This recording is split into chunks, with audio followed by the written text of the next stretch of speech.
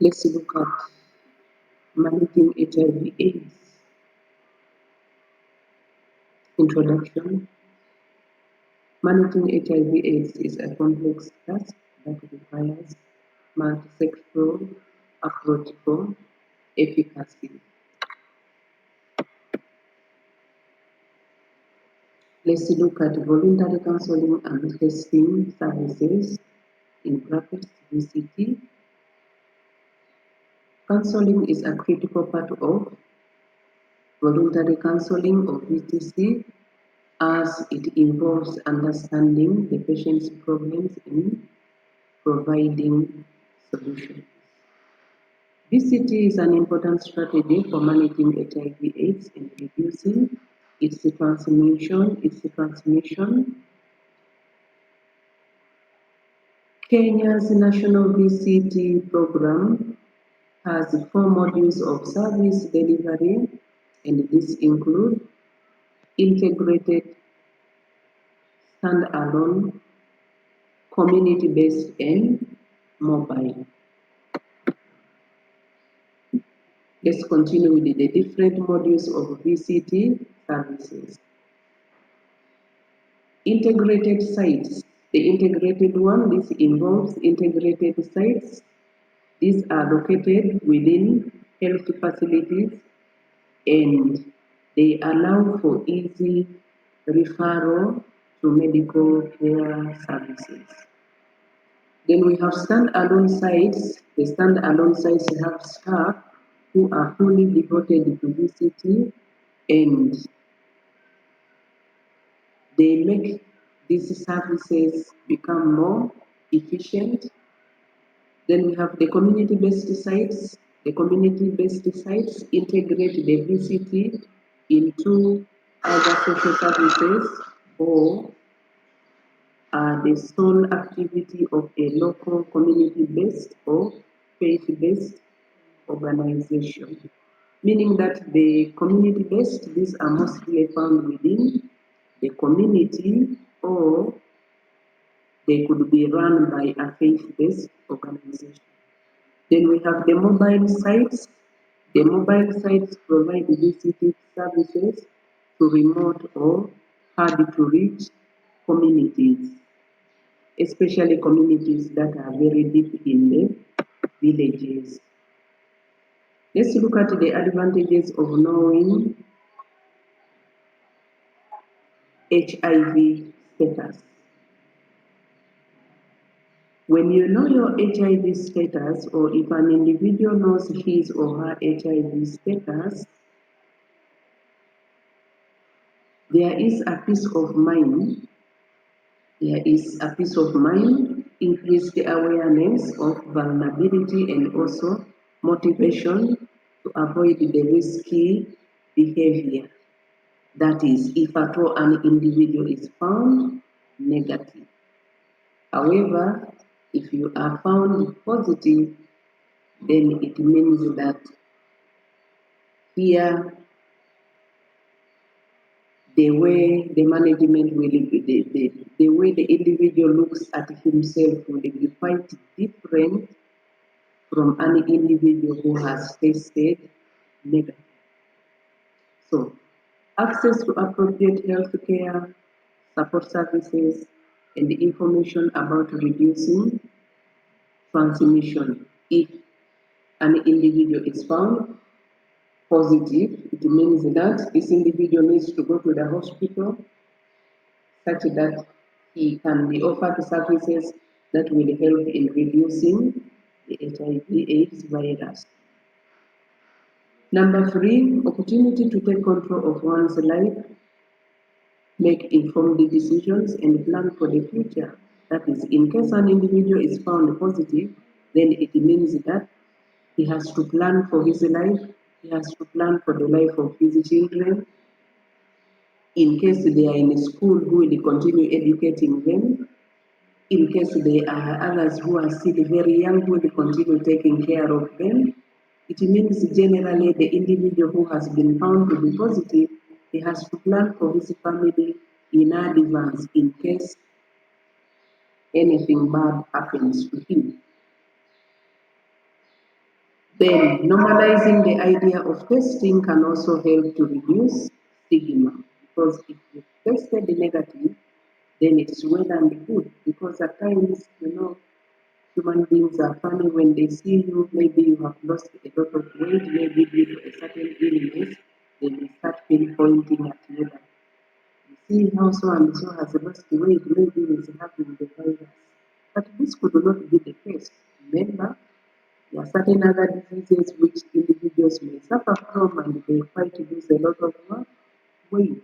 But if the individual tests and he is found negative, then it means that the stigma will be reduced on that particular person. Let's look at pre-test counseling. Pre-test counseling helps patients to understand the implications of the test and make informed decisions. What we mean by pre-test counseling, it means that you have to talk to the individual before actually you test his blood for HIV. For example, you can talk to him and ask him and find out how he will react in case the results were found to be positive, how he will react, and if they are found negative, how will he react? In other words, you must talk to this person such that in case the results are positive, you will be able to know how to disclose these results to him, because usually you know very well a positive result may take an individual into a shock. So, pre-test counseling, the goals of pre-test counseling include informed consent, discussing the HIV transmission routes, and also identifying risk factors. Patients should think of someone to share their results with. They should not keep these results to themselves. They should think of sharing the results maybe with the partner, or maybe with the family, maybe with a friend. Negative test results should be repeated after 3 to 6 months because of the window period. Let's look at post-test counseling. If positive, patients should be given hope about managing HIV/AIDS through medical interventions, nutrition, and positive living. If negative, patients should be reminded that the test does not guarantee they do not have HIV, and they have to repeat the test after 3 months. Sorry, I repeat, if negative, patients should be reminded that the test does not guarantee they don't have HIV/AIDS. The test must be repeated after 3 months. Why should the test be repeated after 3 months? Remember, the window period. The window period should be taken into account. That is why the test has to be repeated after 3 months. Patients should discuss ways to reduce the risk of transmission and avoid risky behavior. For example, not going with a lot of partners, because when you are suffering from HIV/AIDS, then again you don't protect yourself from sex. Then it means that the individual will be acquiring for himself more and more of the different strains of the virus, and this will shorten the individual's life very fast. Let's look at the role of VCT centers. VCT centers, these ones are very important and they play a big role in managing and controlling HIV/AIDS. The VCT centers, they test and provide results to people within minutes, and they also help to reduce the transmission, and they also offer counseling to individuals who are infected with the disease. The VCT centers can also help to reduce stigma and enable policy development and strategic planning through data collection. The VCT centers, they do reduce stigma by talking to the people, counseling them, telling them the different routes of the virus, what the virus is, and discussing with the individuals or teaching the individuals the ways they can be able to reduce the virus in case individuals are infected with the disease. Peer counseling is also an effective approach to supporting those individuals affected by HIV. Let's look at living positively after testing HIV positive. Positive living involves accepting HIV as part of one's self and taking care of one's self physically, mentally, and also spiritually. Some of the strategies involve deep breathing, refusing to be a victim, educating oneself about HIV, physical exercises, keeping busy so that you do not remind yourself about the deadly disease that you are carrying that may kill you anytime. So when you keep busy, at least at a certain time you forget that you can have the what? The virus. Keeping busy and also seeking support in case you get so much worried, seek support in case you have nothing to eat, seek support also because it is also important to remember that you eat a balanced diet such that you will be able to maintain such that you will be able to boost the immune system that has been reduced already by the disease. So it is important that you eat a balanced diet. Other strategies include embracing spiritually, thinking and acting positively, accepting responsibility, and attending to optimistic infections. For example, spiritually, it's important to know and it's important to acknowledge that indeed God is there and He is present, and indeed God is forgiving when you pray to Him and you ask for forgiveness. So, accepting responsibility in that most of the times you could be having a family, accept the responsibility of taking care of the family, the little ones that are there, and also accept attending to opportunistic infections in that when these opportunistic infections come in, for example, the fungal infections, individuals who are positive are encouraged to go for treatment such that they are treated and they get rid of those opportunistic infections because the opportunistic infections worsen the disease. Remember, the individual's immune system is already reduced.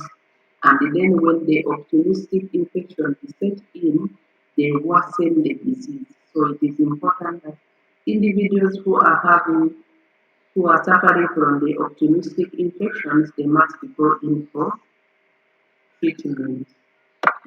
Let's look at home-based care. Definition. Home-based care means any form of care given to sick people in their own dwellings or in their own homes. And this care includes physical, psychosocial, and spiritual activities. Psychosocial care individuals will be coming in, especially the counselors or the health personnel, they'll be coming in to help counsel the client. Spiritual activities, the pastor can be called in or the sheikh or the priest, they can be called in to come and pray together with the individuals who are living with HIV/AIDS. Family and community participation is also crucial, meaning that the family should also help in giving support to the individuals who are suffering or who are living with the HIV/AIDS, so that they don't look at themselves as if they have been deserted completely. Overall, the overall goal is to ensure a high standard of human holistic care for persons living with the HIV/AIDS. Let's look at the rationale for home-based care. People living with the HIV/AIDS need continued quality care to prolong lives and also reduce suffering. Hospital care, remember, has limitations, and this can lead to depletion of family and community savings. Remember, in the hospital bills could be so high. Remember, every day you have to pay per day or per night that you are in the hospital, the drugs, the meals, so it becomes costly. It becomes costly. Therefore, here is where you find that home-based care becomes more important, because for it is not as more costly as the hospital care. Let's look at the advantages of home-based care. Some of the advantages include um, some of the advantages affect the socio-economic, psychosocial, and medical well-being. Comfort of comfort of a familiar environment, less expensive, counter myths about HIV/AIDS, encourages prevention, community participation, eases demand on national health care. In other words, home-based health care is less expensive for the reasons I told you, that when you are being taken care of at home, for example, the meals you will be getting at home, the home people will prepare for you, and it's not like in the hospital whereby you are buying the meals at the same time it is expensive. And remember, at home you are having familiar people who are your family members taking care of you, but in the hospital you may find each day there could be different people coming to take care of you, and you never know. Some may be very kind, some may not. You very well know human nature. So that's why we say that home-based healthcare is better, because it is quite comforting, because you are familiar with your environment at home, you are familiar with the people, at the same time the medicines are being brought to you when you are at home. Psychologically, you will share a lot of issues with your home people. Let's look at the components of home-based care. Clinical management. Clinical management, early diagnosis is very important, rational treatment, planning and follow-up care. Nursing care. Nursing care involves promoting and maintaining good health hygiene and nutrition, in that the individuals who are living positively, they must eat a nutritious, balanced diet such that it boosts their immunity. Um, healthy hygiene. This protects the individuals from suffering from some of the opportunistic infections like the fungal infections. Counseling and psychosocial support. These ones are very important because they will reduce stress and also help to reduce anxiety and also promote positive living, informed decision making. Psychosocial support. Psychosocial support here, this has issues to do with the information and the referral for support groups, welfare services, legal advice, and also material assistance. You may find that at times most of the people living with HIV/AIDS Some of them are given material assistance in terms of clothes, in terms of blankets, soap, and also in terms of food, and also support and other services. Because you find that some of the individuals working with the HIV/AIDS at a certain stage reaches whereby they are very weak and they cannot be really able to go to work. So if they can't really be able to go to work, it means that they will not be able to earn the salary so that they can buy for themselves clothes or buy for themselves food. That is why home-based care comes in by supporting them with the food, by supporting them with the other services, legal advice in case they needed to see a lawyer, and also material assistance. Let's look at the aspects of nutrition in comprehensive care of HIV and AIDS patients. Adequate food security is, is a requisite for optimum nutrition, health, and also survival. Remember, HIV/AIDS reduces the household ability to produce and buy food. If individuals are suffering from HIV/AIDS, some of the days they may work, some of the days they are unable to work because they are very weak. Take an example of somebody who is maybe selling in the market and is depending on the income daily. So the day that he doesn't go to the market, it means that there is no money he will have earned that day. So it means that he has no money to buy food and other requirements for his family. So it means that this person will suffer because he will now not have enough food, and he will not be able to produce. He will not have the ability to produce and also buy food for himself and also the family.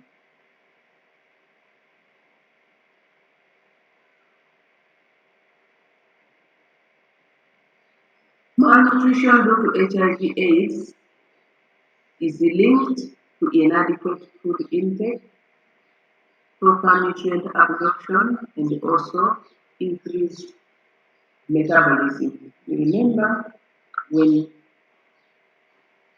an individual is suffering from HIV/AIDS, they may lack the appetite. So if they don't have appetite, it means they are not going to take in enough food.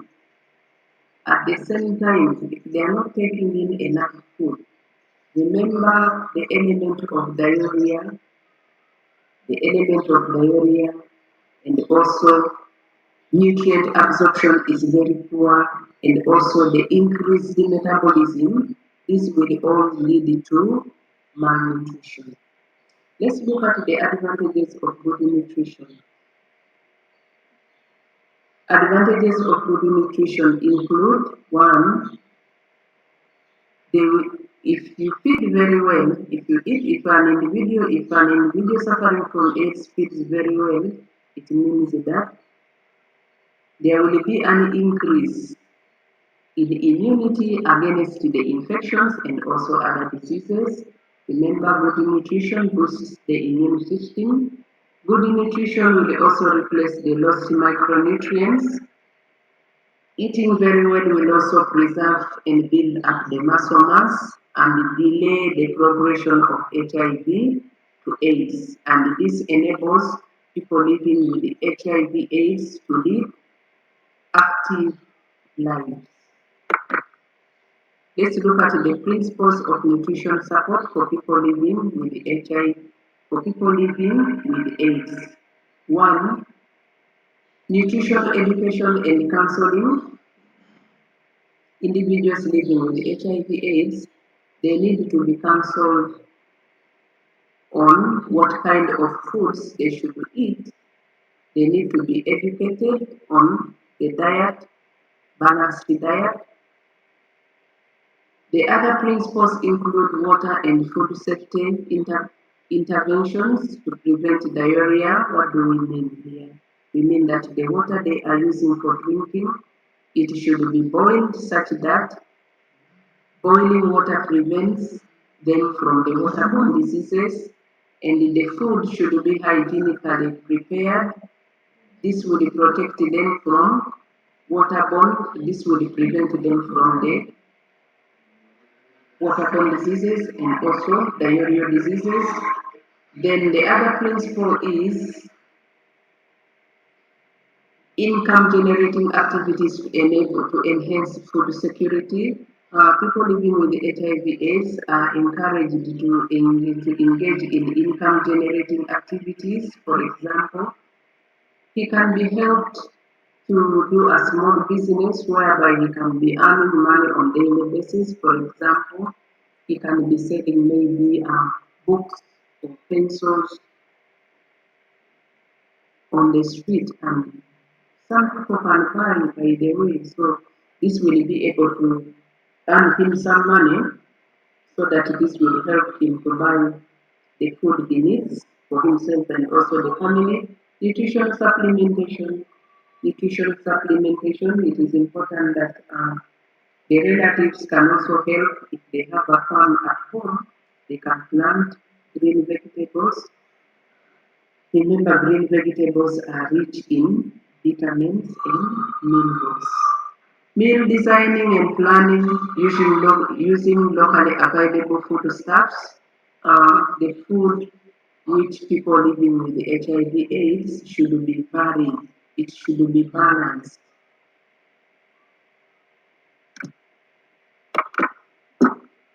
Let's look at the management of pregnancy in HIV/AIDS persons.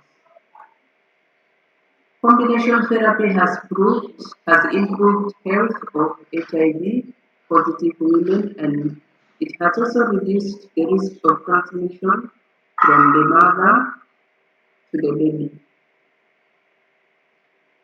So women who are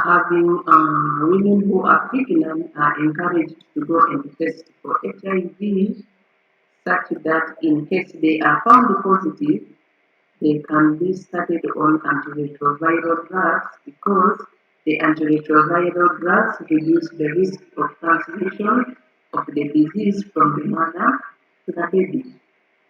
HIV positive women should plan pregnancy well in advance and also be seen by specialists, midwives, and obstetricians throughout their pregnancy, in that in case of anything, maybe optimistic infections have set in, these ones must be treated straight away. Discussion beforehand ensures best possible chance of safe, healthy pregnancy and also delivery. Uh, the mother or the pregnant woman should be attending clinics, should be attending the antenatal clinics so that the obstetrician and the midwife they discuss important issues regarding to the care of this mother during the antenatal period. Care mostly pertaining to eating a balanced diet, the importance of taking the antiretroviral drugs, and also planning for delivery. Let's continue with reducing the risk of transmission during pregnancy. Antiretroviral drugs. These are drugs that are used to reduce the risk of transmission. Remember, the high viral loads, old age, smoking, unprotected sex, illicit drugs use, lack of ARVs during pregnancy, membrane rupture, prolonged or difficult delivery, vaginal infections, for example, candidiasis, inflamed membranes, and also breastfeeding. All these elements increase the risk of transmission of HIV/AIDS.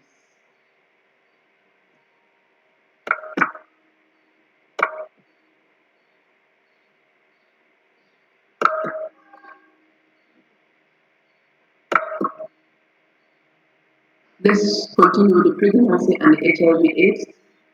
Optimum health, including low viral load and healthy CD4 count, is crucial for a healthy pregnancy and also the baby. CD4 counts drop during pregnancy, as you very well know. When a woman becomes pregnant, the immune system reduces, and when the immune system reduces, it means that the CD4 counts also will reduce, but the CD4 counts return to normal when she has delivered the baby. So the ARVs are used to reduce the risk of transmission of the disease during the period of pregnancy. Let's look at the delivery options. Conflicting options on whether HIV positive mothers should undergo vaginal delivery or cesarean section. Elective cesarean section used to be added for all HIV positive women, but recent studies say that vaginal delivery can also be good for women who are having HIV/AIDS, but this needs close supervision for the midwife to be around attending to the delivery or helping conduct the delivery of the mother. Let's look at breastfeeding. HIV positive mothers were previously advised not to breastfeed. However, recent studies advocate for breastfeeding under close supervision because the risk of not breastfeeding outweighs the risk of HIV transmission.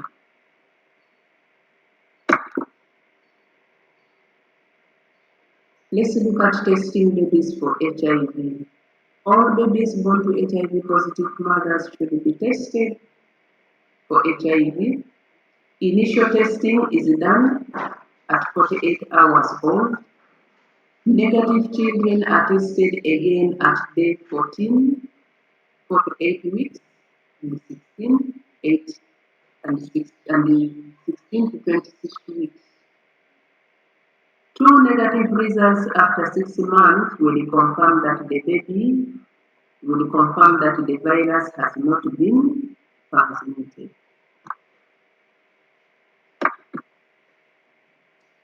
Let's look at the impact of HIV/AIDS and AIDS on various sectors.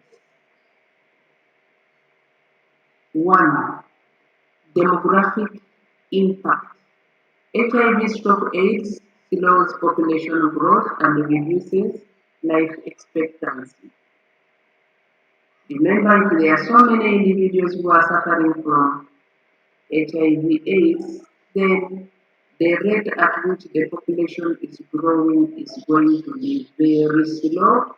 In that, remember, some of the people will be dying, and if many are dying off, it means that the population will not grow, and also individuals or people living with the HIV/AIDS, we do not expect these individuals to live for long.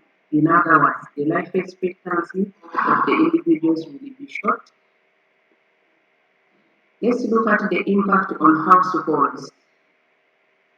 On the side of the households, there will be increased medical expenses because now and then, individuals who are suffering from HIV/AIDS because of their weak immune system, they fall sick now and then, and they need to be taken to the hospital for treatment. Therefore, the medical bills or the medical expenses will go high. Funeral expenses are also there. Remember, when they have died, people have to organize for the funerals. So this becomes quite expensive, especially if an individual maybe has two relatives or three suffering from HIV/AIDS in a family. Then the funeral expenses will be a lot. Decrease the income, of course, if individuals are suffering from HIV/AIDS. Say if the person is selling at the market and he will earn money on the day he has worked.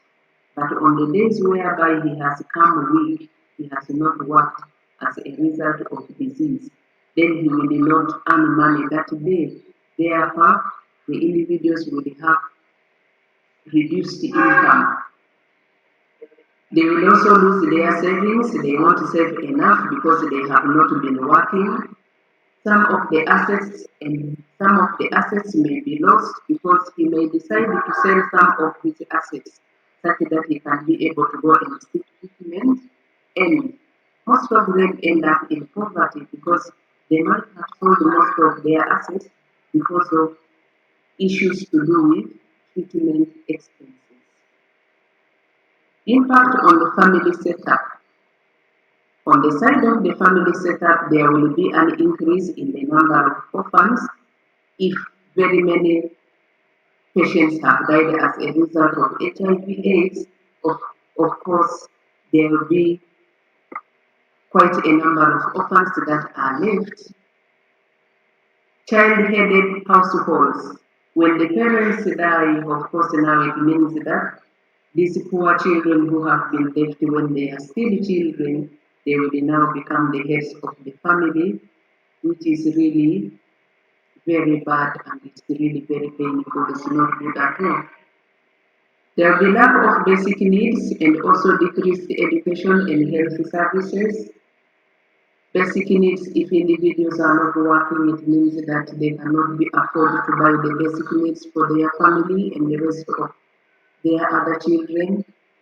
There will also be decreased education and health services in that if most of the people have died as a result of HIV/AIDS, then it means that eventually there will be no teachers at the school, or even eventually there will be no children to teach because the children who have been delivered, they also have HIV/AIDS.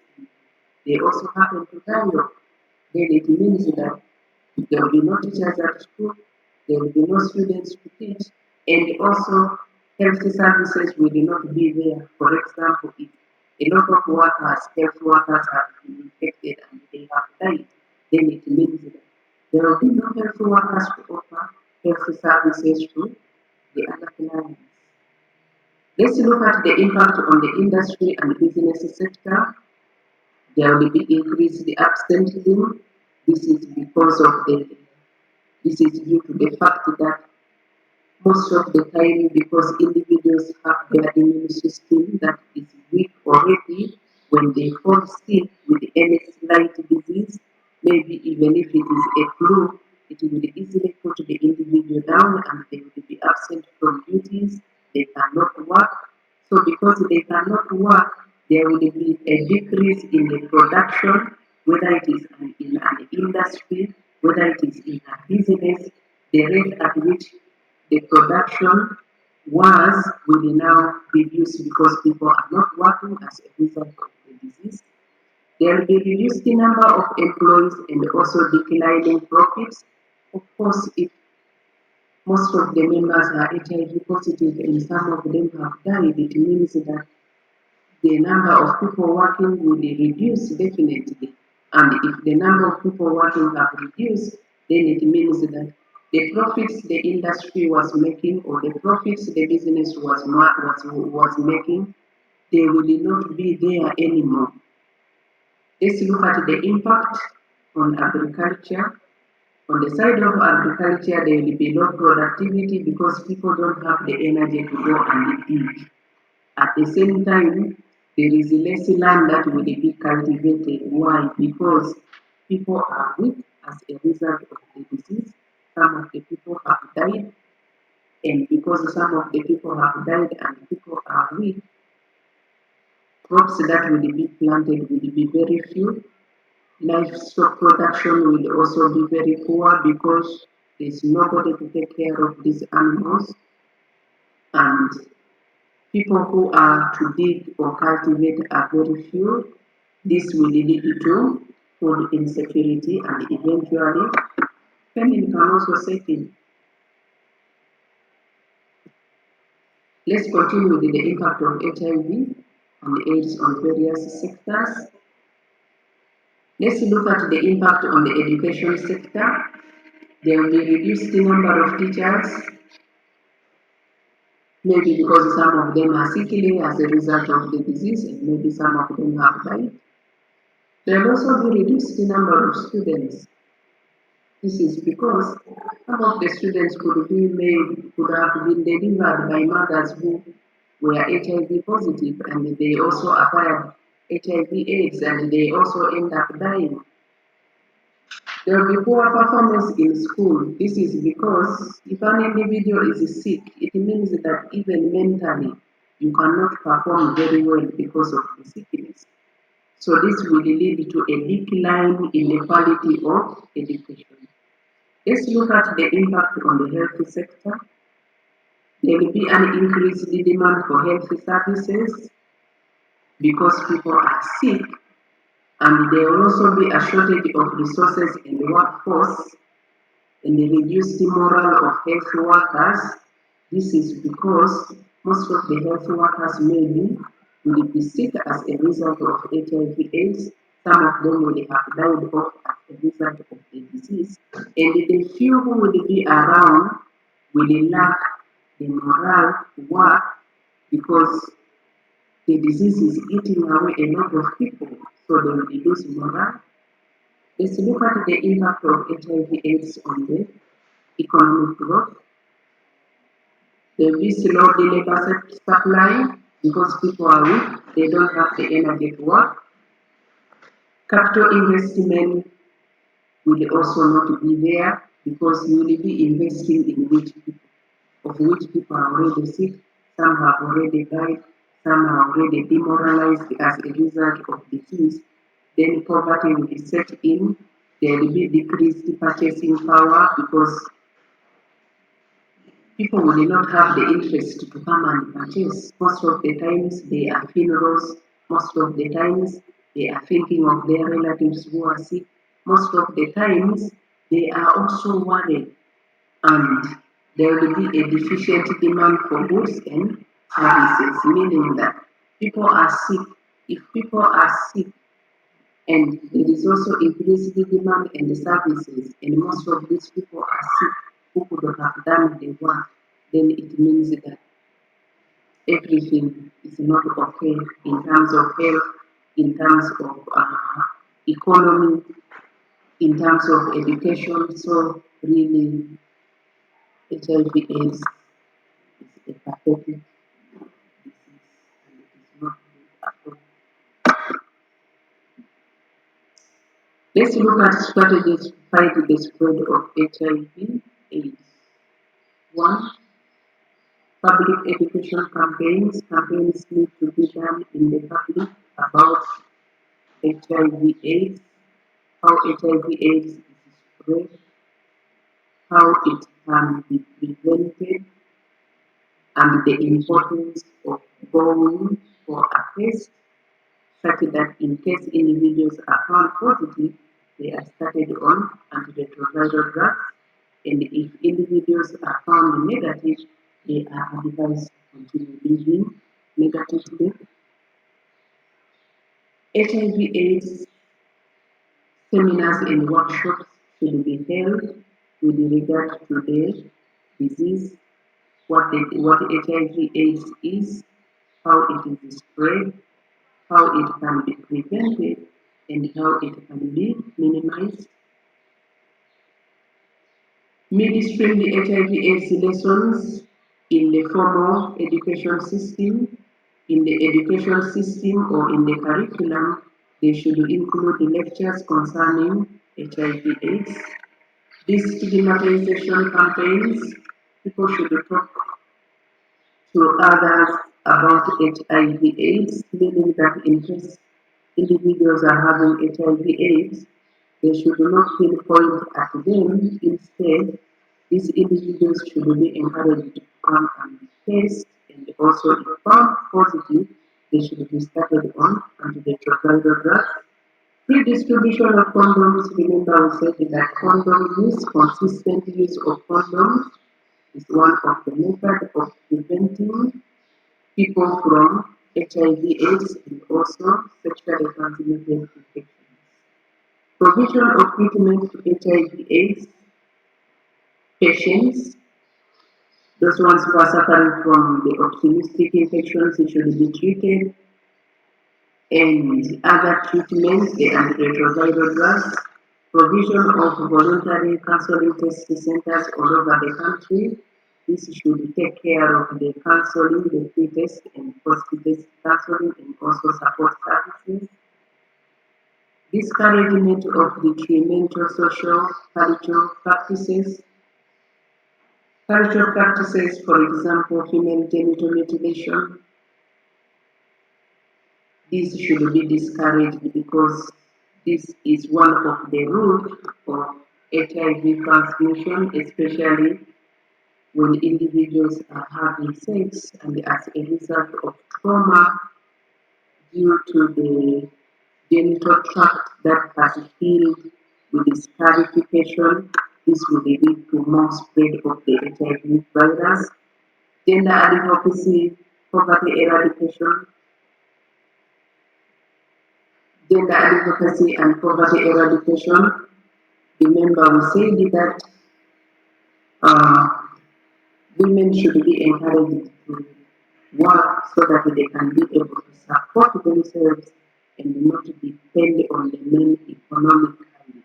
Because if they are working for themselves, they will not be able to depend on men economically.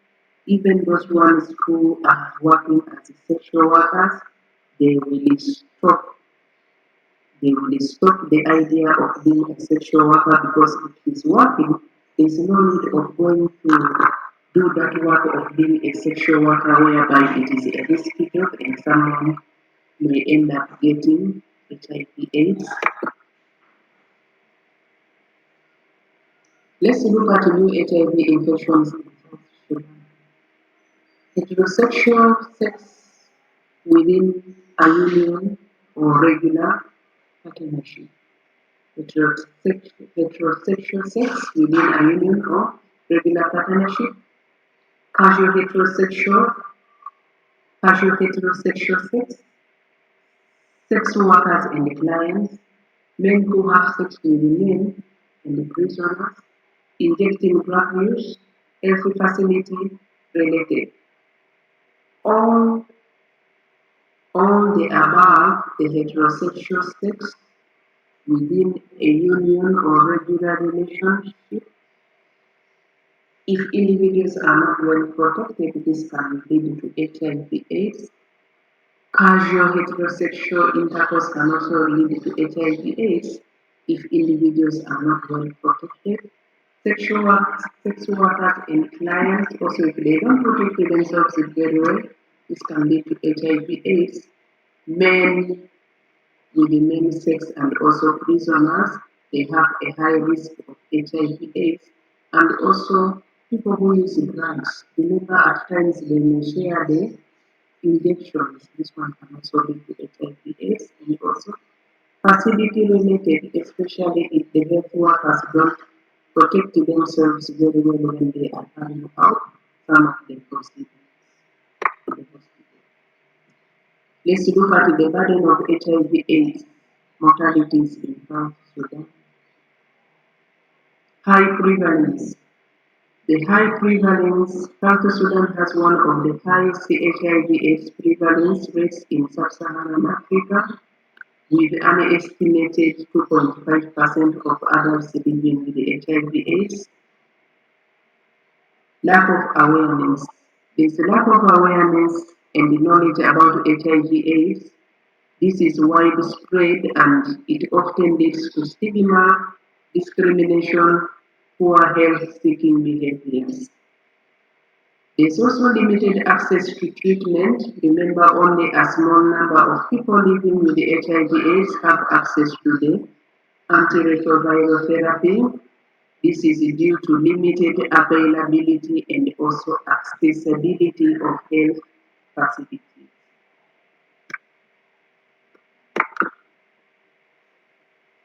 Let's look at the recent advances and challenges in HIV/AIDS research. HIV strategy of infecting and disabling the immune system's critical T cells.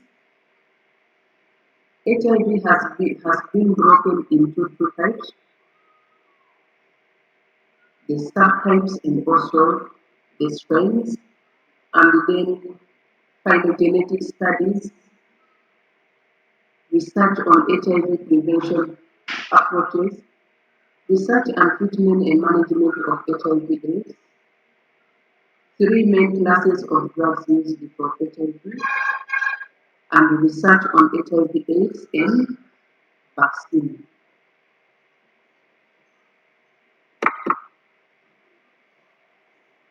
Let's continue with the challenges to HIV vaccine research. This correlates the immune protection. The correlates of the immune protection are not known.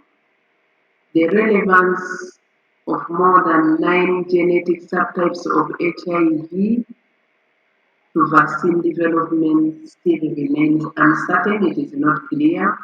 And the most exposure to HIV is throughout high risky behaviors, for example, the sex workers, then animal models of HIV/AIDS in SIV and SIHV infection of the monkeys, the discrimination against individuals who test positive for HIV and serological assays. This still poses a challenge. Then the HIV pathogenesis and also efficacy trials endpoints, efficacy trials in the US and Europe, efficacy trials in the developing countries.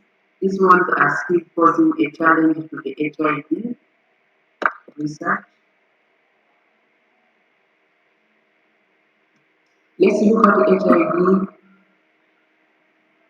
AIDS and legal issues. Criminalization of willful transmission of HIV.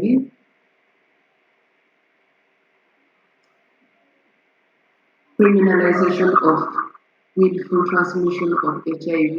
People should not be criminalized because of HIV. Premarital HIV counseling. Still, premarital HIV counseling is very important, but still you may find that some individuals may not undergo the premarital HIV testing. Disclosure of HIV status to third parties is still a problem. Other individuals may not disclose it. HIV status and employment.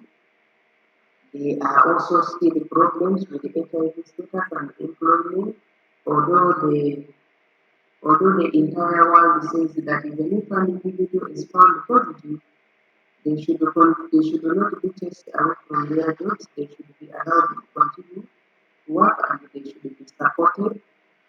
Prisoners provided with the material to protect themselves from transmission of HIV/AIDS. In other words, prisoners should be provided with condoms. East African Community HIV and AIDS Program and the Management Bill of 2010 highlights of proposals.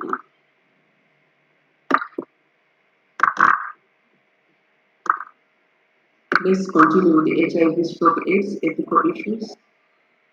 Guidelines for ethical conduct of biomedical research involve human subjects. The National Code of Practice on HIV and AIDS should be in the workplace, and the objective is to set a minimum standard in the world of work in quest to effectively reduce the risk of HIV acquisition and transmission and provide appropriate services to those who are infected and affected, meaning that individuals in the working places should be taken care of, they should be supported, they should not be dismissed from their places of work. Develop customized organization-specific workplace HIV policies and also implement them effectively. Some organizations have already developed workplace policies for HIV and they should be effectively implemented. Reduce the risk of infection through knowledge of status and also prevention measures.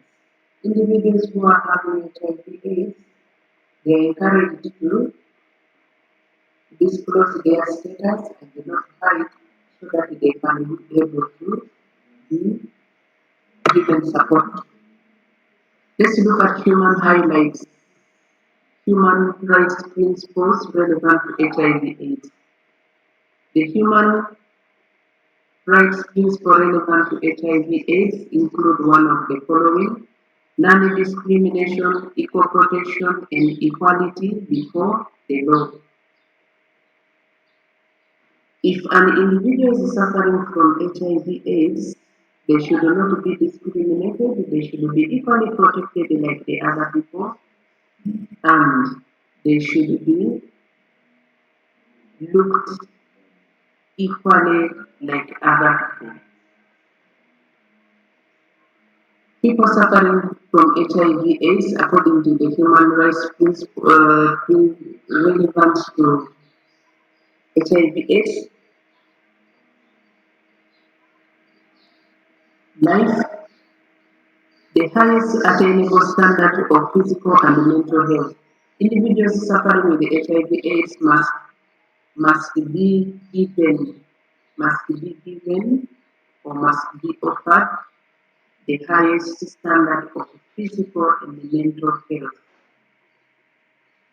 Liberty and security of personnel, meaning that these people should also be protected, they should be given liberty. Individuals suffering from HIV/AIDS should be given freedom of movement, they should not be discriminated. If these people are seeking for asylum, they should also seek the asylum and enjoy it, they should not be discriminated. They should be offered privacy, they should be offered freedom, freedom of opinion, freedom of expression, freedom of the right to freely receive and also impart information. They should not be discriminated at all. They should be treated like any other human being.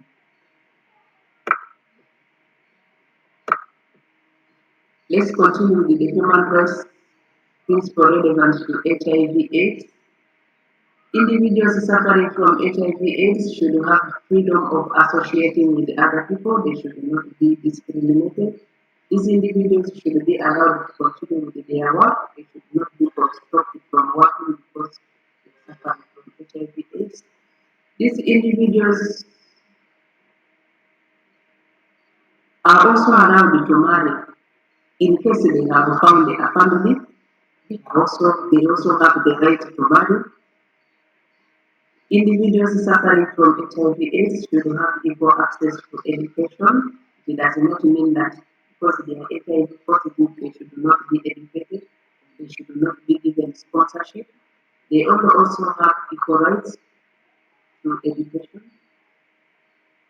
According to the human rights principle relevant to HIV/AIDS, individuals suffering from HIV/AIDS should have adequate standards of living like any other person. They should have social security, assistance, and also welfare. They should share in scientific advancement and also its benefits concerning HIV/AIDS. They should also participate in public and also cultural life. They should be free from torture, cruel, inhuman, and degrading treatment or punishment. People should not punish people who are suffering from HIV/AIDS because it is also not their liking that they acquire the disease. Therefore, they should not be tortured. They should be treated kindly and they should never be punished because they didn't fall for the disease. They also found themselves falling victim of circumstances of that disease. Thank you for listening and have a nice evening.